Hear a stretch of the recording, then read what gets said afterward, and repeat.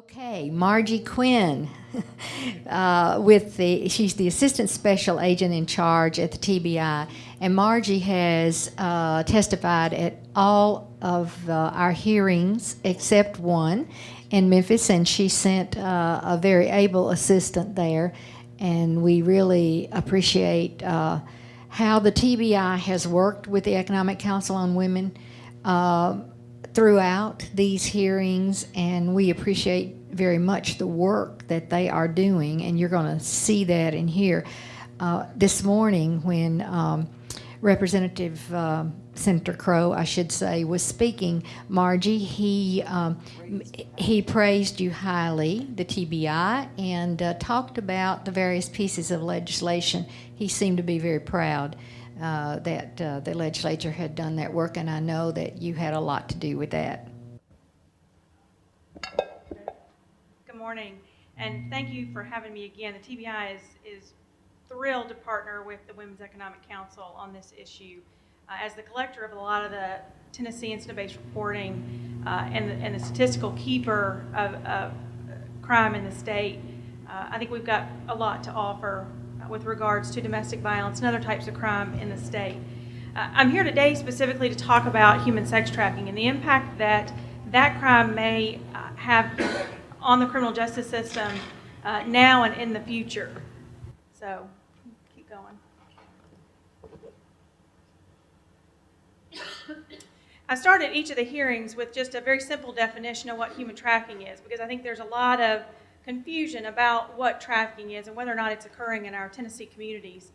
According to both the TVPA, which is the Trafficking for Victims Protection Act, passed by the United States Congress in 2004, as well as our state statute that came on board in 2007, human trafficking occurs when a commercial sex act occurs and the person is over 18 years of age. That commercial sex act occurs as a result of force, fraud, or coercion. When the person is under 18 years of age, a commercial sex act occurs, period. End of story. The code further defines a commercial sex act as a sex act that occurs when something of value is exchanged. So that can be money, it can be alcohol, it can be drugs, it can be housing, clothing, food. We've all heard that term survival sex. If you're 13 or 14 years old and you're on the street, you're homeless, you're a runaway, how do you survive? How do you survive long-term on the street without selling your body, stealing something, selling drugs? And these are the circumstances under which human trafficking occurs. Probably the reason why we're talking about this today is because of the study that the TBI released in May of 2011. We released that study at the behest of the General Assembly, who had passed a public chapter in June of 2010, Public Chapter 1023, which called for a quantitative study on human sex trafficking. They were really after the numbers. They wanted to know how much sex trafficking was occurring in our state before they addressed that legislatively. And when we got that project, when the legislature called us and asked us to complete that project, we partnered with Vanderbilt Center for Community Studies. So this is both a law enforcement and academic effort to quantify human sex trafficking in our state. One of the first things we did was look around to see if any other states had completed a similar study. And what we found was no state in the country had completed or attempted any type of quantitative study.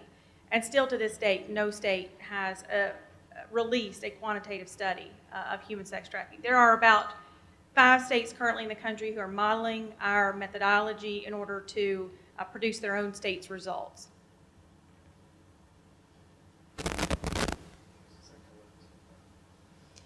In the end, this is what we found. In red is every state or every county in the state that reported at least one case of human sex trafficking in a 24-month period. That represents 85% of Tennessee's counties. And in order to try to make those numbers relevant, in comparison to other statistics that the TBI had gathered, I have also been over the Gang Intelligence Unit for some years out of the state's Fusion Center. And in 2009, I had done a quantitative study of gangs in our state. And so in blue, in the map below, is every county in the state that reported the presence of gang activity. As you can see, more counties in our state reported the presence of human trafficking than did gangs. And we are certainly all whipped up into a frenzy over gangs in our society, and we should be. But nobody's whipped up into a frenzy over human trafficking, but perhaps we ought to be.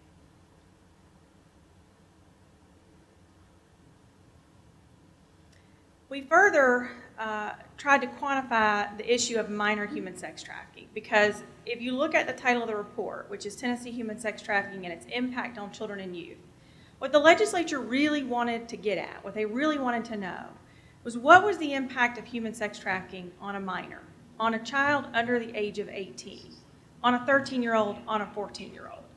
And so we asked the folks that we queried, all law enforcement, and we did get a response from all 95 counties in the state, the Department of Children's Services, guardians ad litem, both juvenile and criminal court clerks were all issued or sent a questionnaire about this. So the results that you're seeing are based on about 50% of the results came from social services and about 50% of the results came from law enforcement. And we did have a 94% response rate from law enforcement in the state. So in yellow, bright yellow, is every county that reported over 100 cases of minor human sex trafficking in a 24-month period, which, as you can see, is Shelby, Davidson, Coffee, and Knox. The headline of this report is not that there's human trafficking in Memphis. Of course there's human trafficking in Memphis. The headline of this report, I think, are counties like Lake County. If you look at the upper west tip of the state, Lake County reported 26 to 50 cases over a 24-month period of minor human sex trafficking. That's just a phenomenal number to us. And that tells us two things. One is that this is not an urban problem, and the captain just talked about it.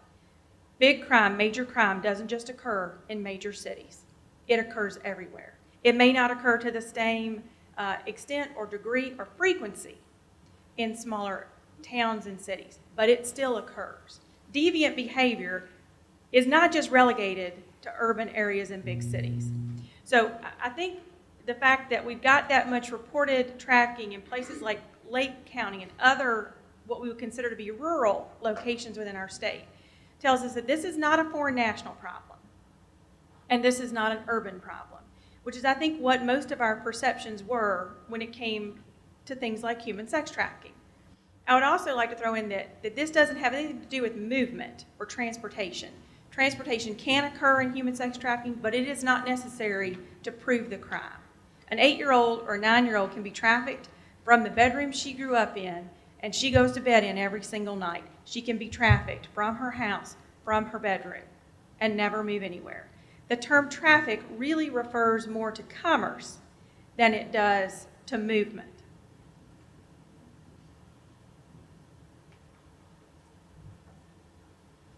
We are working on a follow-up study where we really look at the 21 counties in the state that reported the highest numbers of minor human sex trafficking. And I think just on the surface, what's pretty interesting about those 21 counties is that 17 of those are rural counties. And so that really tells us something about trafficking. Trafficking does present differently in rural counties or non-urban type situations. Many times you have familial or guardian type trafficking, family friends, family, parents, guardians selling their children or trading their children for sex to receive money or other benefits or things of value. Whereas in urban areas you have that more traditional pimp, prostitute type situation occurring.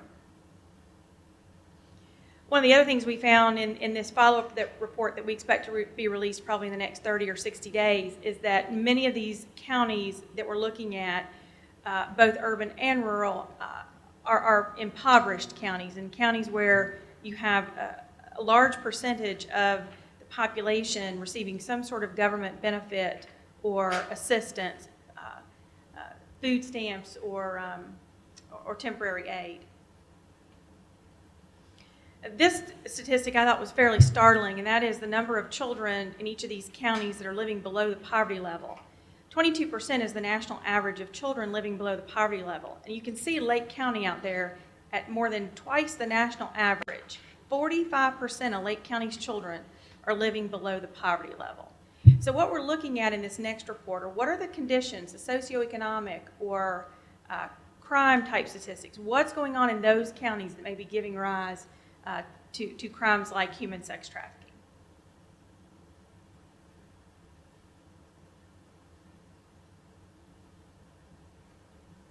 These are two of the quotes that came out of the original study, and I brought some of the books with me.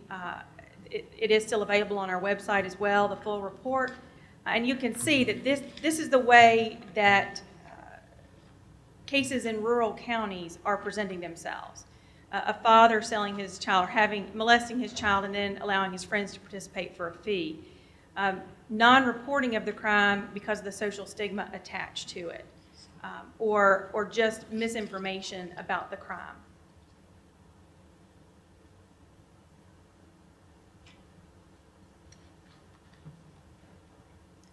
This was one of the most startling statistics, and I think if we just stopped with this question, it would have told us a whole lot. And the question was, do you feel like your agency is adequately trained to identify and recognize cases of human sex trafficking? 79% of those that responded to the study, and there were over 1,000 respondents to the study, claimed that their agencies and departments were not adequately trained to identify and recognize cases of human sex trafficking.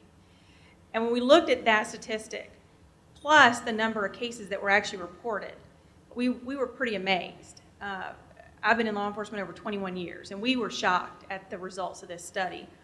But 79% of our agencies, DCS, child services, law enforcement, not understanding or recognizing the problem was an emergency situation for us. The number of convictions that we reported in the study were minuscule compared to the number of cases that have been identified. And one of the reasons that the conviction rate is so low on this crime is because of this statistic. And I think there are also two other contributing factors to that. One is that these are relatively new laws. And until 2011, you could charge a 13-year-old in this state with prostitution. And there were 13-year-olds being charged with prostitution in this state. Memphis PD alone arrested over 50 kids between 2009 and 2010, between the ages of 13 and 17, for prostitution. Most were repeat offenders, and the average age was 15. So you had half of the code section saying these kids are victims, and then half of the code that said these kids are criminals. So that sort of confusion within the code, I think, lent itself to a lot of confusion amongst law enforcement. How do we treat this child or this individual? Is she a victim? Is she a criminal? And I can tell you from personal experience, many of these kids do not present as victims. They just don't present that way. So as a result of that, we at TBI applied for some grant money from the Office of Criminal Justice Programs in order to design and implement a statewide training program for first responders, traditional first responders. And in that first 2-year period, we've trained over 5,700 first responders in the state. I would consider to be traditional first responders. We are probably going to ease into some what I would consider to be non-traditional first responders, medical community health departments, Department of Education. We want to get to anybody that could have contact with a victim, first contact with a victim. First contact makes a difference. You may not save that victim or that child on that first contact, but you may plant the seeds to save that child or recover that child in the weeks or months to come. We estimate that this training is costing about $35 a head, which is about as cheap as we can make it. That's really training on the cheap. That's absorbing quite a bit of the cost. TBI is just absorbing some of that cost, the cost of salaries and personnel. In order to move forward, we think that in order to train what we would consider to be the vast majority of first responders in our state, it's going to cost us about another $750,000. If we move into training the non-traditional first responders, which would, we estimate, into the hundreds of thousands of folks in our state, professionals, health professionals, teachers, we're talking about a pretty substantial increase in what we would need in both funding as well as personnel. I have, in speaking with Phyllis and Yvonne, I've likened it to trying to fight a forest fire with a watering can at this point. I think it relates pretty closely to domestic violence when you consider the fact that these kids or these victims present, they are domestic violence victims, they are rape victims, they are physical and mental abuse victims. Many times they are drug addicted. They have more issues than Time Magazine. And if you talk to law enforcement, and we have over the last 2 years, what I ask them is, how difficult is it to get a domestic violence victim to testify for you in court? I've been in uniform patrol. I've been up there with a domestic violence victim who was adamant that we arrest her husband on Monday, and on Wednesday she said I lied, and he didn't touch her. So it's very difficult to get a domestic violence victim to testify. It is very difficult to get a rape victim to testify. It is extremely difficult to get a juvenile to testify. And when you wrap all those up into one package, it's just about impossible to prosecute these kinds of cases. Very, very difficult, very challenging for law enforcement. We also have the human trafficking hotline that rings into the State's Fusion Center at TBI. That hotline has been operational since October of 2011. The calls have gone up 300% since March. We have partnered with the Women's Funds in both Knoxville, Chattanooga, Nashville, and Memphis, and they have been publicizing the hotline as a philanthropic endeavor, and it has increased the number of calls to the hotline. We've also recovered since March 4 juveniles from calls that came into the human trafficking hotline. So it is working.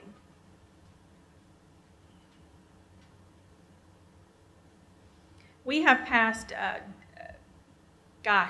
think 18 or 20 new laws since our report was released. That's been, I think, one of the lasting effects of the report, is that we have really leveraged that report to pass sweeping changes to the TCA. A couple of the ones that I think are particularly noteworthy are that we have added purchasing to the language contained in 3913-309, which is the trafficking statute. It used to say harbors, obtains, transports, promotes, entices. Obtain, we always thought applied to the John. And indeed, the Second Circuit in January said it applied to the John. But just in order to be crystal clear in our state, the legislature added purchasing, so that if you purchase sex from a 14-year-old or 15-year-old, you can be considered and prosecuted as a trafficker. And those are now A and B felonies in our state. The second, I think, really significant piece of legislation is you can no longer offer as an affirmative defense that you didn't know the age of the victim. I didn't know she wasn't 18. That's no longer available to you as an affirmative defense. And in fact, the Seventh Circuit in December affirmed that the government does not need to prove that the trafficker knew the age of the victim when he engaged in the crime. So I think those are particularly significant for us, and I think it's pretty clear both within our state, according to the General Assembly, as well as the circuit courts that have ruled on this in the last 6 months. We are definitely moving towards a society or a situation where we are going to protect kids. We're going to protect kids from those that would abuse them. Those particular laws, too, I think address specifically the issue of demand. And I think when you look at just Economics 101 and the supply and demand of this particular crime, as long as there's a demand, there will be a supply. And prior to the law changing, these were misdemeanors. So the risk versus reward on these crimes, there was very low risk and very high reward, because this is the fastest growing criminal enterprise in the world today. It is a $32 billion industry worldwide. It is a reusable, resellable commodity, unlike guns or drugs. So you can see why individuals with no conscience, no morals, and of a criminal type mind are going to engage in this kind of behavior. It's low risk, it's high reward. I think that the hearing up here is particularly timely with the case that was in the news out of Johnson City, Bristol area just last week. Potentially 2 juveniles brought in from Bristol, Virginia, recovered here in motel rooms in the Tri-Cities area, and I think that case is being looked at as a trafficking case. And indeed, if those children were brought into Tennessee, whether they lived in Tennessee or were brought into Tennessee, if a commercial sex act occurred with those children, it is a human trafficking case. And these cases, it seems like, are really just popping up every day somewhere in our state. More and more kids are being recovered as human trafficking victims. And we're finding that many of these children are being transported throughout our cities and towns and throughout the region. We recovered these kids out of Bristol, Virginia. We recovered a kid out of Kentucky a couple of months ago in Nashville. We recovered our children, Tennessee's kids, in Orlando in St. Louis, in Canada, in Mexico. We know our kids are also being transported. If you listen to the U.S. Attorney's Office in the Western District, they are one of the top 3 leading U.S. Attorney's offices in the nation with regards to the prosecution of human trafficking cases. Top 3 in the nation. So we know there's trafficking that's occurring here in our state. And I think we now are in a position with the new laws that we've created, with the training that's underway, to really get our hands wrapped around this issue. I still think we got a little ways to go. I think until you train on it, 30 years ago, it was okay to get liquored up on a Saturday night and beat the heck out of your wife. I came on in law enforcement when the laws were changing. The laws are changing in this area as well. It is a paradigm shift for us in law enforcement, but we will catch up. We'll get it. We'll get our hands around it. And we appreciate the opportunity to come before you across the state and talk about this issue of human trafficking. Thank you. Yep. Sure. Who is this back here? Mr. Teague. I was looking for you. Glad you're here.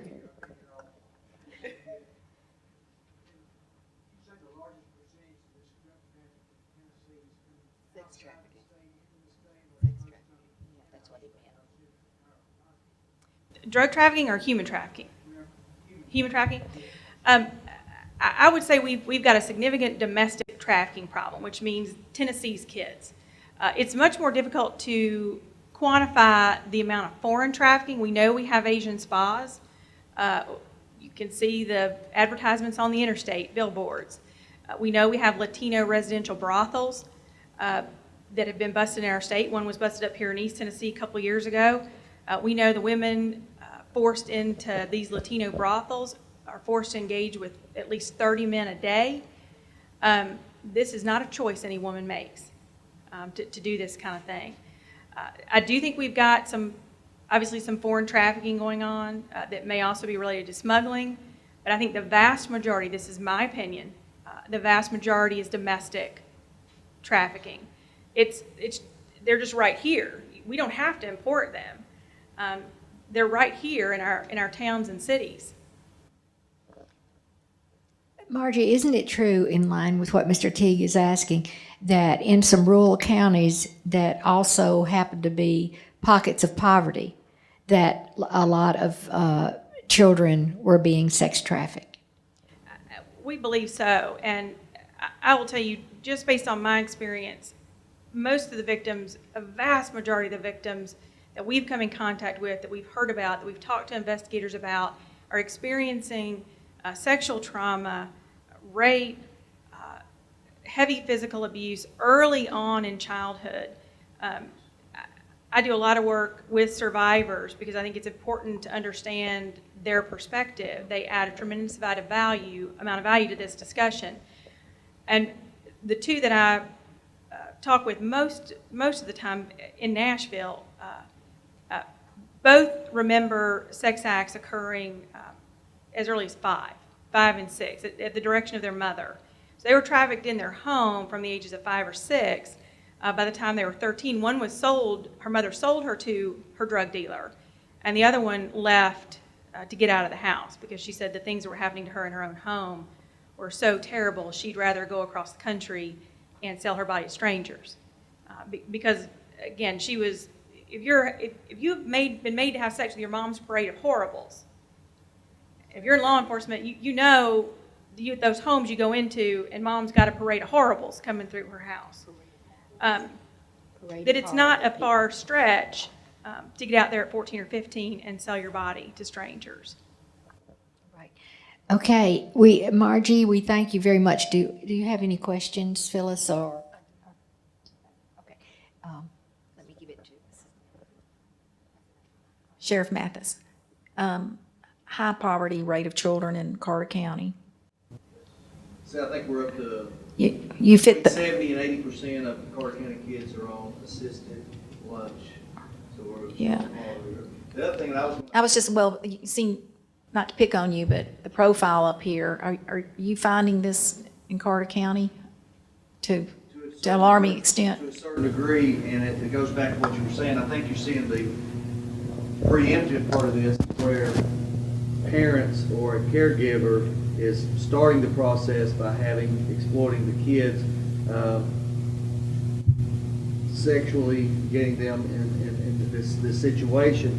Then it becomes very much a dollar. Hey, what can I can process my 13-year-old daughter can go be with this. I can get my drugs, or I can get, whether it be a peep show or whatever. And the other thing that's not been mentioned here is TV and the movies glamorize this stuff.